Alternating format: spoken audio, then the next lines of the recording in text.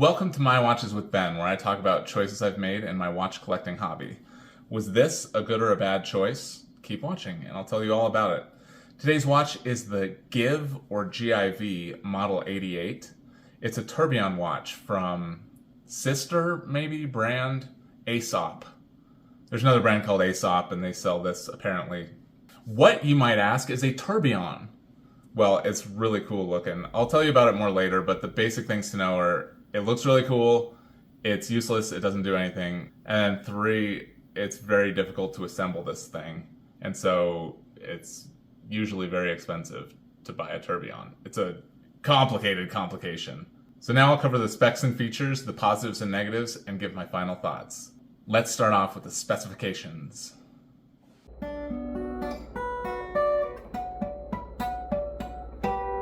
Specifications. The diameter is 42.3 millimeters. The lug width is 22 millimeters. The thickness is 10.8 millimeters. The lug to lug is 50.5 millimeters. The water resistance is 50 meters. The crystal is a synthetic sapphire with anti-reflective coating. The movement is a T09.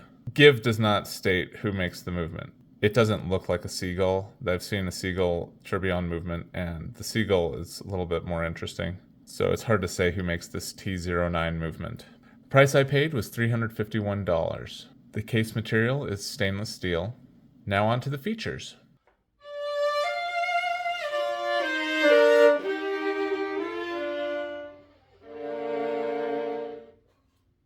Features. The biggest feature with this watch is the tourbillon. In the tourbillon, invented by Breguet in 1795, the escapement, the balance and escape wheel, etc., is mounted on a carriage, which carries a pinion driven by the third wheel. The fourth wheel is fixed and is concentric with the carriage shaft.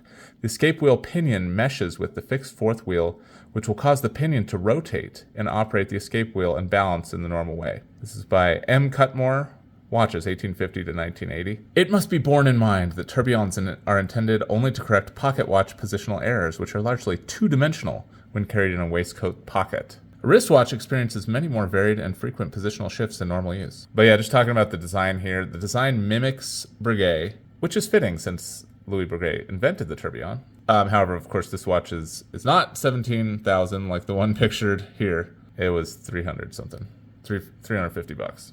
I think you can get this for less as well. So other than the tourbillon, the watch has hours and minute hands, and this tourbillon can sort of function as a second hand. It rotates once a minute, so it's moving at the speed that a second hand would move. If you watch it a quarter turn of the way around, you know it's been about 15 seconds. It's not a very precise method since there are no markings. The rest of the features, yeah, I mentioned there's hands. The hands are Breguet style. They could be heat treated. This blue, it looks a little bit too pale for me. I don't think this is heat treated. Let me zoom in even some more. They could be. I doubt it because they're finished really poorly. They have rough edges. And the color looks a little too iridescent to me. It's very bright. I mean, I have no experience with like quality stuff, so it looks a little bit fake to me. That's all I'm saying. There's a little cap on top of the central pinion, which is very nice. Oh, it's not really a cap, but it looks nice there. It does not look rough in the center. There's no hole. It always looks bad to me when there's just a hole in the center of it. The dial features an engraved pattern of little pyramids.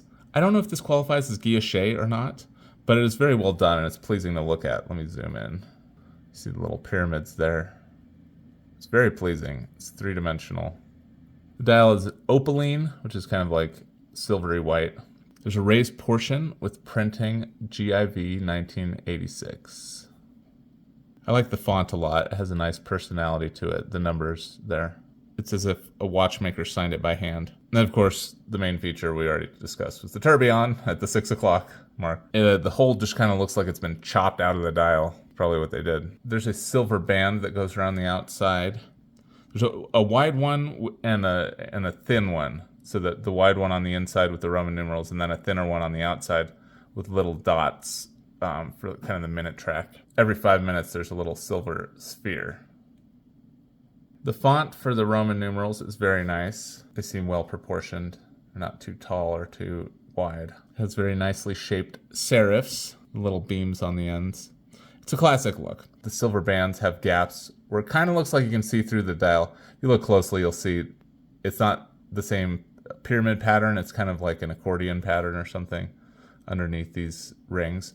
But it gives just more interest to the dial overall, to have those gaps in between the rings. And it's actually really impressive how perfectly these are aligned with each other. The inner ring and then the outer ring, they look really good. The watch features a clockmaker's 4. So instead of the normal IV, there's I. And that's for balance. So if you count each I, X, and V as its own letter, the watchmaker's 4 results in 14 characters on this side of the dial. So just taking the I's, 1, 2, 3, 4, 5, 6, 7, 8, 9, 10, 11, 12, 13, and then there would be a V down here as well for 14. It's cut off for this. So 13, we have 13 characters on this side. Then on this side, the X is a 1. So 1, 2, 3, 4, 5, 6, 7, 8, 9, 10, 11, 12, 13. So we have 13 things on each side. That evens it out. If it was an IV, then this side would only have 11 characters. But just visually, I think it's more of a visual thing. It just balances it out. It matches more with that 8 over there. Anyway, it's just traditional to do the 4 that way. It's watchmaker's 4. The rehaut is just a straight brushed wall. There's actually loom on these hands. In like moderate light, you can still tell what's going on. If it's totally dark and you can't really see the watch, it's just basically your best guess as to what time it actually is, because the hour and the minute both just have a dot. So there's no way to tell which one is the hour and which one's the minute in the dark. So that's kind of unfortunate. The crystal is a synthetic sapphire, as I mentioned. It sticks slightly above the case, but you can see it's kind of tapered. It's really nice, actually. The case shape is rounded. Everything is mirror polished. There's a lot of shapes going on here. Everything's really curvy and nice. The case shape has really good proportions to it. Everything looks good. It's cohesive and it makes a lot of sense. It's very classy. The lugs turn down. They have a nice taper to them. The strap is genuine leather and features the deployant. These little perlage in there. Stainless steel deployant. It's a nice deployant. It's not signed over here though. The crown is very pretty. It's got kind of that onion shape with the little dome on it. The crown is very nice. It's large and the winding feels really good when you turn it. So it feels really good to wind it, which is nice because this is a hand winding movement. So you want to, it's grippy, but it also feels nice in the fingers. So they did a good job on the crown. It's not signed or anything. There's a display case back, as I mentioned. Kind of radial pattern going on there that's pretty interesting, but otherwise, the movement's just a huge plate, basically. Yeah, there's not much going on back here. You can see a few blue screws. You can see a few jewels. You can see these gears that are looking pretty rough. When you wind it, you can see all 4 of those gears turning.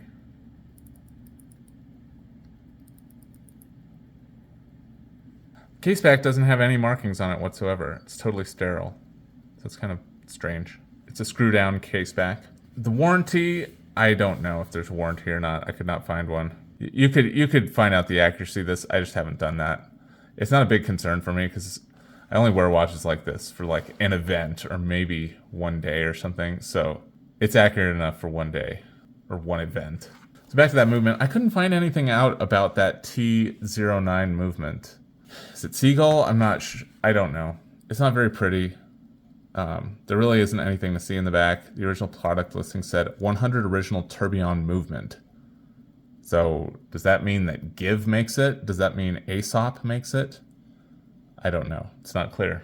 So I don't know who could service the movement. And that's a serious consideration because at some point this thing's going to stop working. And the question is there going to be anybody on the planet that can fix it? The answer is probably not, or I wouldn't know how to find them. On to the positives. Positives! So I really like the complication, obviously. It's very cool to see the tourbillon. The design of the case is really nice. Just the design in general is really classy looking. I like that. The finishing is really nice on this, except for the movement. The deployant clasp is really nice. It's not signed, but it's well made. And the strap feels nice to me. It's kind of waxy, as these often are. It's really thin, but it does that dress watch thing. It seems like it's going to hold up well. I guess the final positive here is that it's unique for Chinese watches.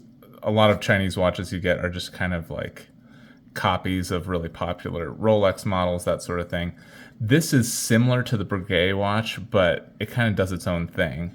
So it's a little bit more unique, and I like that. Oh, I forgot one of the positives, actually. The Roman numerals, the guilloche dial, the font choices. I really like those little silver spheres every 5 minutes. A lot of attention to detail. On to the negatives.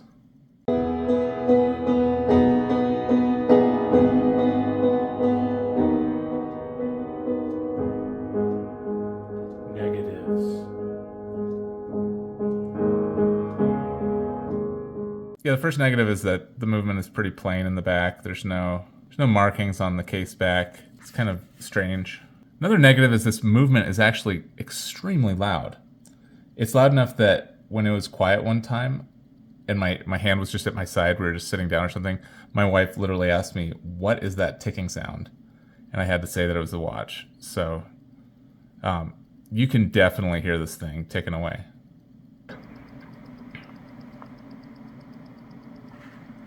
The hands have some rough edges. I think that shows it pretty well. The hands are not high horology hands. You don't have to zoom way in to see it in person. You can kind of tell the hands don't look that great. As I said before, I think that these are probably not heat treated. It looks a little too iridescent or pale. Like if you see those screws on the tourbillon, those look more like what I think bluing normally looks like, where it's kind of darker. You can see these don't match. The hands and then the screws on the tourbillon, they're kind of different shades or hues or tints, whatever terminology to describe color. The hands are just kind of too bright. It doesn't look right. So I think this was probably paint rather than heat treating. So the hands are kind of the weak link here. Another negative is that I don't think there's any way to service this thing. I think once it stops working, that's just the end of this watch. I don't know how I would service it. Opening it up or taking off the back, this movement's gonna be hard to service, I think. The final negative I have is that this hole is a little rough here. Now on to the closing.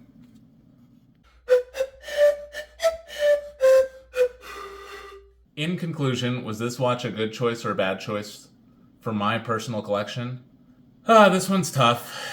It's tough with ones that I like. I actually really do like the watch. But the problem is every choice you do make kind of eliminates other choices that you could have made. So I can't take it in a vacuum. I like the watch. I think it was a reasonable price to pay for it. But I have to consider what the heck else I could have bought for that money. And $350 is actually a lot of money. This is Seiko cocktail time territory. I could have a Seiko cocktail time instead of this tourbillon thing. I could have another Mr. Jones. This Tissot moon phase is $270. $70 less than the GIV tourbillon. And this Tissot gentleman is $260. This stern glass here is $320. An Orient Bambino, you can almost get 3 Orient Bambinos for this cost. This Sugus moon phase is half the cost, with a venturing, a big date, and a moon phase. And that's only $140. So there's a ton of compelling options in the sub $500 price range for dress watches with cool complications, or just plain dress watches. With all that said, no, I don't think it was a great idea for my collection. I think one of these other things might have been better, and then I wouldn't have to spend $350, or you could save up and get an even cooler one. If you really want a tourbillon, I think this is a great option, and I really do enjoy it. It actually looks better than a lot of the other options. However, the complication itself did not amaze me nearly as much as I thought it would. It's cool to look at, but for some reason, it just doesn't do much for me. I think this is because the complication is useless. When I first got it, I said, wow, that's so cool when I first saw it. But that faded very quickly. Now, when I think about wearing this, I'm more excited by the fact that it's hand winding. I really like the guilloche dial. and the black Roman numerals on the brushed silver, those are the things that excite me about the watch. The tourbillon itself is just kind of like, okay, there it is, there's the gimmick. Yeah, otherwise, the rough edges kind of bother me. The movement with like these machining marks or whatever, the rough edges, and then the hands look kind of weird. So there's mixed feelings when I go to wear this. Since I can't go back, I will enjoy the watch. But if I could go back, I'd go for something different. You know what? I would go for that Seiko cocktail time. That's probably what I would do. That's the end of the review. And now, as I typically do, I'd like to share a Bible passage.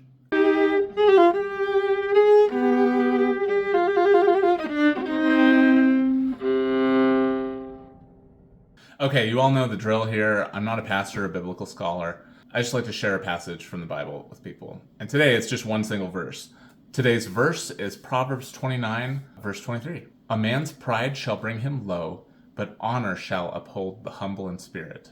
The Proverbs are an amazing source of wisdom, so it's really good to study them. I've talked about that in the past, but Solomon prayed for wisdom, and God gave him wisdom, and he wrote the Proverbs, and it's a really excellent source of wisdom for us. Today, I don't really have a three-part outline or anything. I just have a lot of observations, so I'm just going to dive in. I chose this passage because it reminded me of the Beatitudes, which I deeply love. This was from Jesus' Sermon on the Mount, where he talks about blessed are the this, blessed are the that.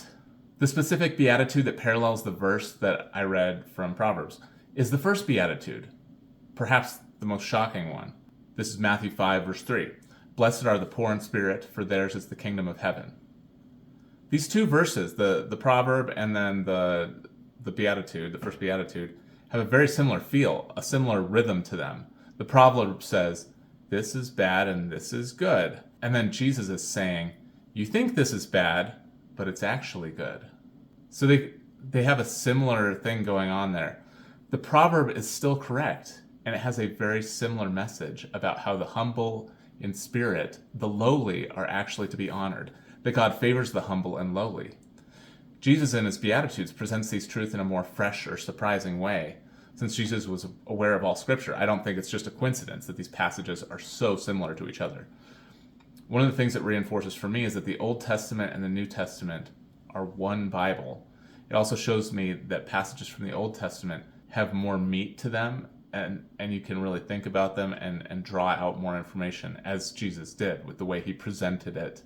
Blessed are the poor in spirit. In the proverb, it says, a man's pride shall bring him low. But that's not really thought of as a blessing, that your pride would bring you low. But Jesus is saying, hey, when you're brought low, that can be a blessing. I said earlier that the proverb says, this is bad and this is good. It appears to say that. At first reading, it appears, a man's pride shall bring him low. That seems bad. I don't want to be brought low, so I should avoid pride. And that's true. I should avoid pride. Pride is bad. But the pride bringing me low can be redeemed by God. Jesus points out a deeper truth to this. So my pride brings me low. That's bad. But Jesus says, blessed are the poor in spirit. Blessed are those who are brought low, for theirs is the kingdom of heaven. What does he mean? How is this possible? How, when I'm brought low, am I blessed? I've noticed in my own spiritual journey that the periods of growth are usually preceded by a humbling of my spirit. I'm usually going along, life is okay, I'm praying, I'm reading the Bible. When my pride gets ahead of me and I have a stumble, when I have a fall, when something bad happens, when I'm set back, when I'm brought low in my life, and I fail, that is when I see that my human strength is not sufficient. That position can be the moment that I receive the kingdom of heaven, when I say, I'm not strong enough. I need God. That's a blessing. So my pride brings me low. That's actually a blessing. If I go in the right direction with it, that's absolutely a blessing for a believer. The realization that my human strength is not enough, that is the prerequisite to receiving the blessing that the kingdom of heaven is mine. So if I was never brought low, then maybe I would think I don't need God. When I have periods of my life where everything's great, maybe I determine I don't need God all that much. And that's a very sad situation to be in. So it's just really cool how these go together and about how Jesus brought out a deeper truth from that original proverb. Because the proverb doesn't say this is bad, this is good. That's just what it looks like. from the reading of it. A man's pride shall bring him low. It's actually a wonderfully good thing that God gives us consequences for our sin, the sin of self-reliance. If I am totally self-reliant to the exclusion of God and I am brought low, then God can turn that around. He can use that to bring me closer to him. That lowly state can bring me closer to God. And Jesus also points out that the last shall be first, the first shall be last. It's not a bad thing to be low. Jesus was brought lower than anyone else when he was crucified on the cross, living a sinless life. There's nobody else who is more unjustly brought low than Jesus. And his sacrifice is the most glorious thing that has ever happened, the most glorious action in history. So that lowly state absolutely can be a very powerful work of goodness. This is one of the things that Christianity teaches about that is kind of a mystery if you don't have the Bible to explain it. But yet it's true. Being brought low is actually a blessing, and it comes from God. Pride is what causes it, typically. God offers a way through it. As Jesus says, "Blessed are the poor in spirit, for theirs is the kingdom of heaven." So that's all I have today on this passage. There's a ton more that I could say about it, but I think that's probably enough. If you watch my whole video, God bless you. The reason I do this is just to share the word of God. And so I'm really grateful that you got to hear it. And now for a prayer. Lord, thank you for everything that you've given me, but I'm very grateful that you offer a path of redemption for even the most lowly in the world. The person who thinks they're the worst sinner of all, you offer a way for them to be washed clean and join you forever in heaven. The thief on the cross next to Jesus, Jesus said, "I'll see you soon," and that man is now in eternity with you. And so all of us can be saved. Lord, thank you so much for that gift. I love you. I pray this in Jesus' name. Amen. Now may the Lord of peace himself give you peace always and in every way. The Lord be with you all. See you next time. And I know that he'll be with me.